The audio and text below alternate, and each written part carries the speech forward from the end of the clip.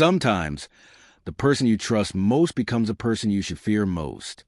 This is Jamal Taylor, 32 years old, a father of 5, a man who worked 3 jobs just to make his family smile, a man who saved every single penny to give his wife something she'd been dreaming about her whole life. These pictures were taken during what should have been the happiest week of Jamal's life. He's smiling. She's smiling. They look like the perfect couple living their best life. But something was very, very wrong. 2 days after this photo was taken, Jamal was dead. Not from an accident, not from sickness, not from anything you'd expect. He died because someone he loved more than life itself decided his life didn't matter. This is a story about sacrifice and betrayal, about a man who gave everything to someone who gave him nothing but pain in return, about 5 innocent children who witnessed something no child should ever see. This is Jamal's story, and trust me, you have no idea where this is going. But before we dive into this heartbreaking case, I need you to do something for me. If stories like this matter to you, then hit that subscribe button right now. Ring that notification bell. Now, let's talk about how a dream vacation became a nightmare that ended in death. The church was packed that day. 5 little kids in the front row, crying for their daddy who would never come home. Jamal's mother, Miss Sarah, sitting there like her whole world had ended, because it had. But let me take you back to when Jamal was alive, when he was the kind of man every woman claims she wants, but most don't know how to love. Jamal was 32, not the tallest guy, not the richest guy, but he had something special, a heart bigger than Texas, and hands that never stopped working. He got up at 5 in the morning for his first job, came home, played with his kids, then went to his second job. On weekends, he did odd jobs around the neighborhood. 3 jobs, because Jamal had 5 mouths to feed and a woman who liked nice things. That woman was Natasha, 35 years old, loud, the kind of woman who walked into a room and everyone knew she was there. She had this way of talking, confident, demanding, like the world owed her something. While Jamal was breaking his back working 3 jobs, Natasha was posting on Instagram about her blessed life. Posts with captions like, "My man treats me like a queen. I don't cook. I don't clean. But I stay pretty. He does everything for me. Everything." She wasn't lying about that part. Jamal paid every bill. He cooked most dinners. He helped the kids with homework after working 14-hour days. He even cleaned the house on his one day off. And Jamal, he loved it. He loved taking care of her. He loved being needed. He loved being the man who could make his woman happy. But here's what those pretty pictures didn't show. Here's what Natasha never posted about. The fights, the screaming matches, the nights when Jamal slept on the couch because he made her mad. See, Jamal wasn't just working 3 jobs to pay bills. He was working 3 jobs to keep peace in his house. Because when Natasha was unhappy, everybody was unhappy. And Jamal would do anything to keep his family together, even when keeping them together was killing him. Jamal and Natasha's story started when they were teenagers. She was 18 when she had their first baby. They moved in together in a tiny apartment, 2 bedrooms for what would eventually become 7 people, Jamal, Natasha, and 5 kids. The walls were thin, the money was tight, and the pressure was crushing. Now I want you to imagine being a teenager with a baby, barely finishing high school, trying to figure out how to pay rent. Most people would crack under that pressure. Most people would fight. But Jamal and Natasha, they didn't just fight. They went to war. Miss Sarah, Jamal's mama, she saw things. Things that made her stomach hurt. Things that made her pray every night for her son. One day, she came by to visit. Jamal was in the kitchen making sandwiches for the kids. He reached up to get something from the cabinet, and his sleeve rolled up. Miss Sarah saw marks, dark marks on his arms, finger-shaped bruises on his wrists. "Baby," she said, "what happened to your arms?" Jamal pulled his sleeve down quick. "Nothing, Mama. I fell, was fixing the sink and fell." But Miss Sarah wasn't born yesterday. She'd seen bruises before. She knew the difference between falling down and being hurt by someone you love. The truth was, Natasha had a temper, a bad one. When she got mad, and she got mad about everything, she didn't just yell. She threw things. She pushed. She hit. She grabbed. And Jamal? Jamal never hit back. Not once. Because his mama raised him to never put his hands on a woman. Even when that woman was putting her hands on him, the cycle was always the same. Fight. Make up. Fight worse. Make up harder. Jamal thought this was normal. He thought this was love. His phone got broken 3 times in 2 years. I dropped it, he'd tell people. But you don't drop a phone hard enough to shatter it into pieces. Someone throws it. Someone stomps on it. Someone uses it as a weapon. The neighbors heard them fighting through those thin walls. Everyone heard everything. Yelling, crying, things crashing, then silence, then music playing loud like nothing happened. Miss Sarah tried to talk to her son. Baby, this ain't right. Love don't leave marks. Love don't break things. But Jamal would always defend Natasha. Always. She's just stressed mama. She's got 5 kids to worry about. She don't mean it. She loves me. And maybe she did love him. But here's the thing about love. Real love don't hurt. Real love don't leave bruises. Real love don't make you afraid to come home. But Jamal was afraid. Afraid to say the wrong thing. Afraid to come home late. Afraid to spend money on himself. Afraid to make her mad. He was walking on eggshells in his own house. And everyone could see it, except him. The worst part? Jamal thought he deserved it. Thought if he just worked harder, loved harder, gave more, she'd stop being angry. Stop being violent. Stop hurting him. So he worked that 3rd job. Saved every penny. Planned something special. Something that would prove, once and for all, how much he loved her. Something that would end up costing him his life. But before we get to that tragic ending, let me tell you about the other side of Jamal's life. The side that made him who he was. The side that made everyone love him. Jamal wasn't just a victim. He was a hero to his kids. Every morning, before he left for his first job, he made sure they had breakfast. Every night, when he came home tired and sore, he helped with homework. He never missed a school play, a soccer game, or a parent-teacher conference. His coworkers loved him too. At the construction site, Jamal was the guy who brought donuts on Friday. At the restaurant, he was the one who stayed late to help the new servers learn the menu.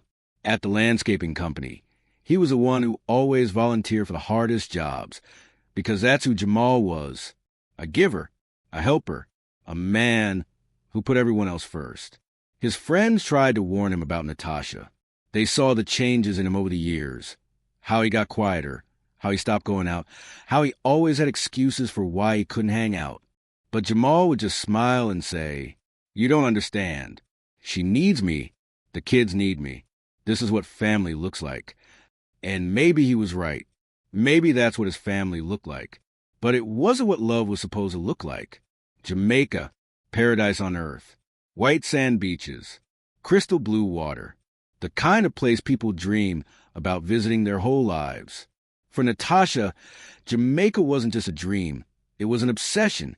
She posted about it constantly. Shared other people's vacation pictures. Talked about how she deserved to go somewhere beautiful. How she'd never been anywhere in her life. Every time she saw someone else's tropical vacation photos, she'd show Jamal, "Look at this. Look how happy they are. I wish I could go somewhere like that. I wish someone loved me enough to take me somewhere special." And Jamal heard every word, every hint, every dream she shared about walking on that beach, drinking those drinks, feeling like a queen in paradise. So Jamal made a plan.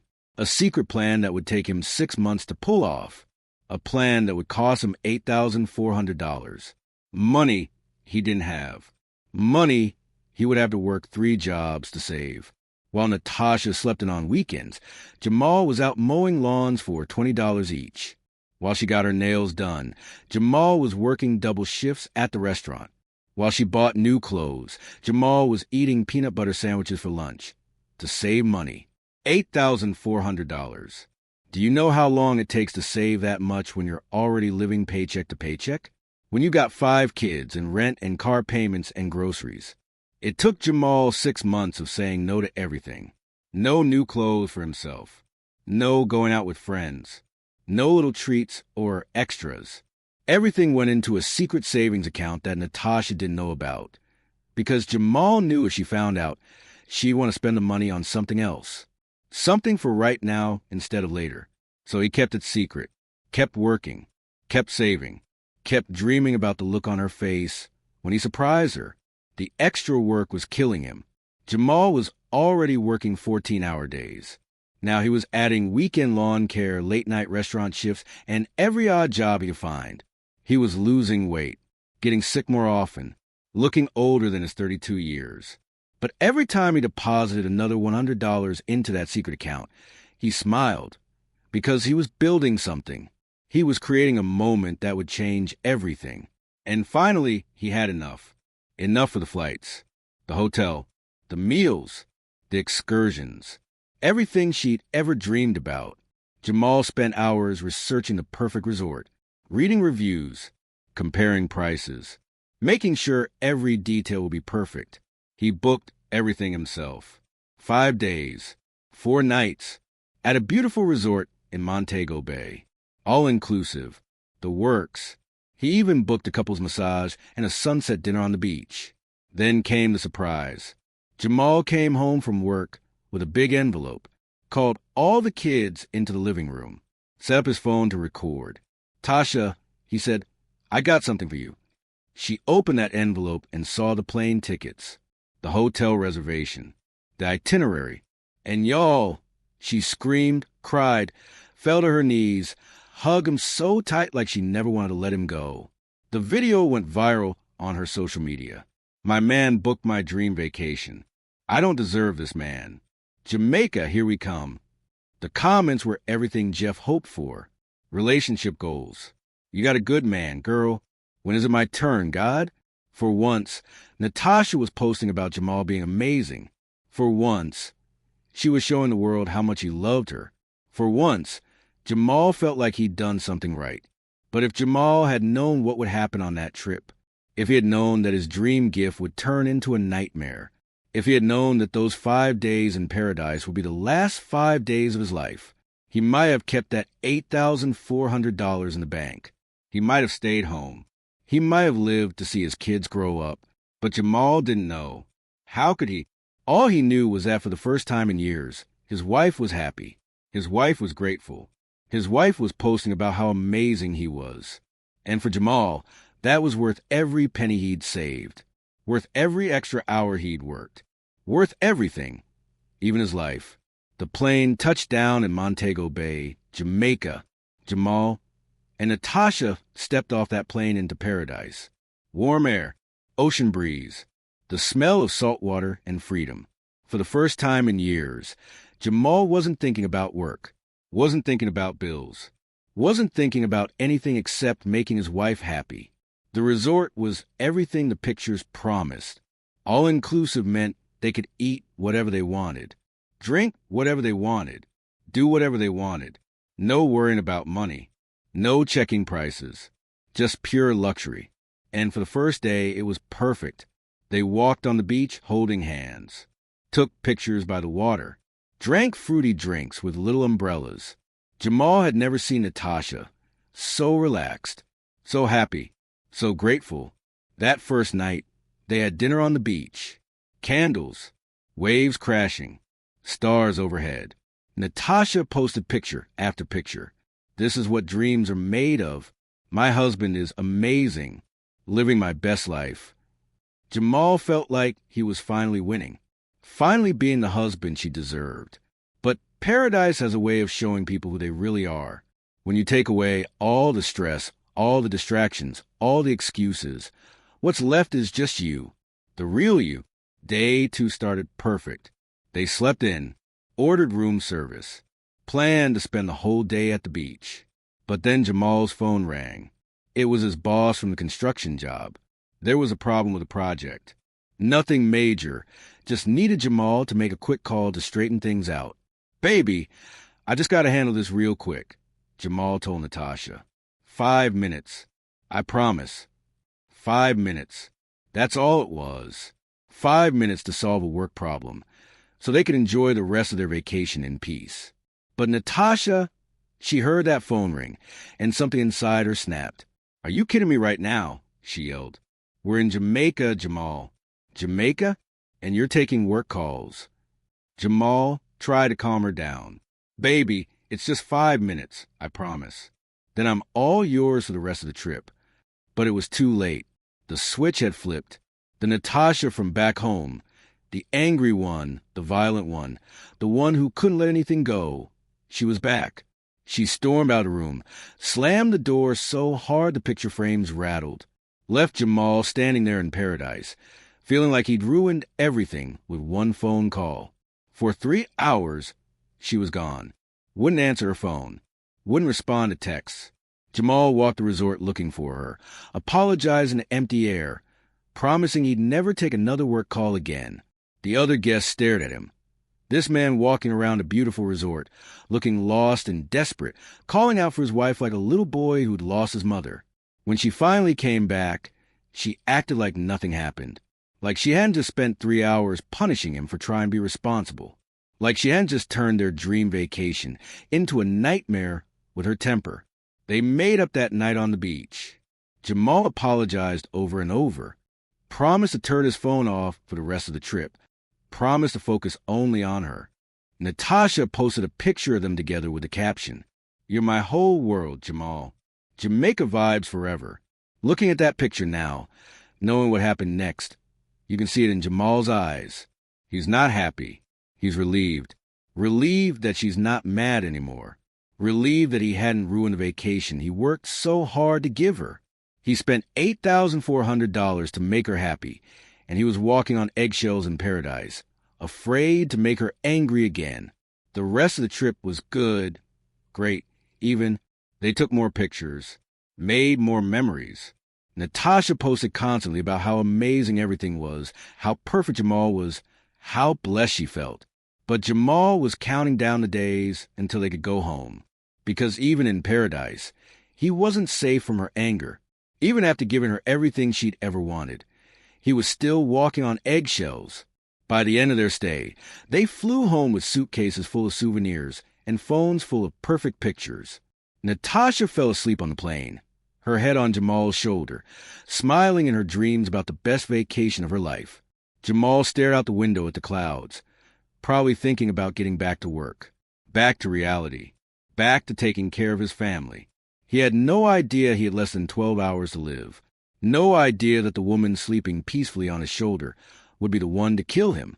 No idea that their dream vacation would become evidence in a murder trial. Because sometimes giving someone everything they want isn't enough. Sometimes love isn't enough. Sometimes all the sacrifice in the world can't save you from someone who was never worthy of it in the first place. They had reached home, and it was Easter Sunday. The house was full of joy. 5 little kids running around in their Easter clothes, hunting for eggs, eating chocolate, laughing the way children do when life is simple and safe. Jamal was in the kitchen making breakfast, probably tired from the long flight home, probably already thinking about going back to work the next day, but still smiling, still being the dad his kids needed. Natasha was different, quiet. The vacation glow was already fading. Reality was setting in. Bills waiting on the counter, laundry piling up, life calling her back from paradise. Now, y'all, I want you to understand something. Jamal wasn't perfect. No man is. And on that Easter morning, he made a mistake. A tiny mistake that most couples would talk through and forget about by dinner. He looked at their bank account. $8,400 for Jamaica, plus the money they'd spent while they were there, plus the bills that had piled up while they were gone. The account was overdrawn. Not by much, but enough to matter when you're living paycheck to paycheck. So Jamal did what responsible husbands do. He brought it up. "Hey, baby," he said, "we need to talk about money. The account is overdrawn. I think we need to make a budget. Figure out how to get back on track." Those words, "we need to talk about money," after the best vacation of her life. After he'd just given her everything she'd ever wanted. After she spent 5 days posting about how amazing he was. Natasha heard criticism. She heard blame. She heard him taking away her joy. "Don't start, Jamal," she said. "Don't you dare start with me today." But he really wasn't starting anything. He was trying to be responsible, trying to figure out how to pay the bills and take care of his family. The same thing he'd been doing for 17 years. "I'm not starting anything," he said. "I just think we need to be careful. Maybe eat out less. Maybe what?" Natasha snapped. "Maybe you shouldn't have taken me to Jamaica if we couldn't afford it. Maybe you should have thought about that before playing big shot." Jamal tried to stay calm. He always tried to stay calm. "Baby, that's not what I'm saying. I want to take you to Jamaica. I'm glad we went. I just think, I can't do this today, Jamal. I can't. Not today." She grabbed her keys, headed for the door. Jamal knew that walk, knew that anger, knew she was about to leave and not come back for hours, leaving him to explain to the kids where Mommy went on Easter Sunday. So he followed her, barefoot, still in his pajamas, just trying to calm her down. "Tasha, wait. Let's just talk about this." But she was already in the car, engine running, hands gripping the steering wheel like it was the only thing keeping her sane. Jamal stood in front of the car, not blocking her in, not being aggressive, just standing there, hands up, trying to get her to calm down. The neighbors were watching now. Mrs. Johnson from next door, the Martinez family from across the street, little kids on bikes who'd stopped to see what was happening. Everyone could see this was about to go bad. "Move, Jamal. Baby, just talk to me. The kids are watching. It's Easter. Let's just go inside." And I said, "Move."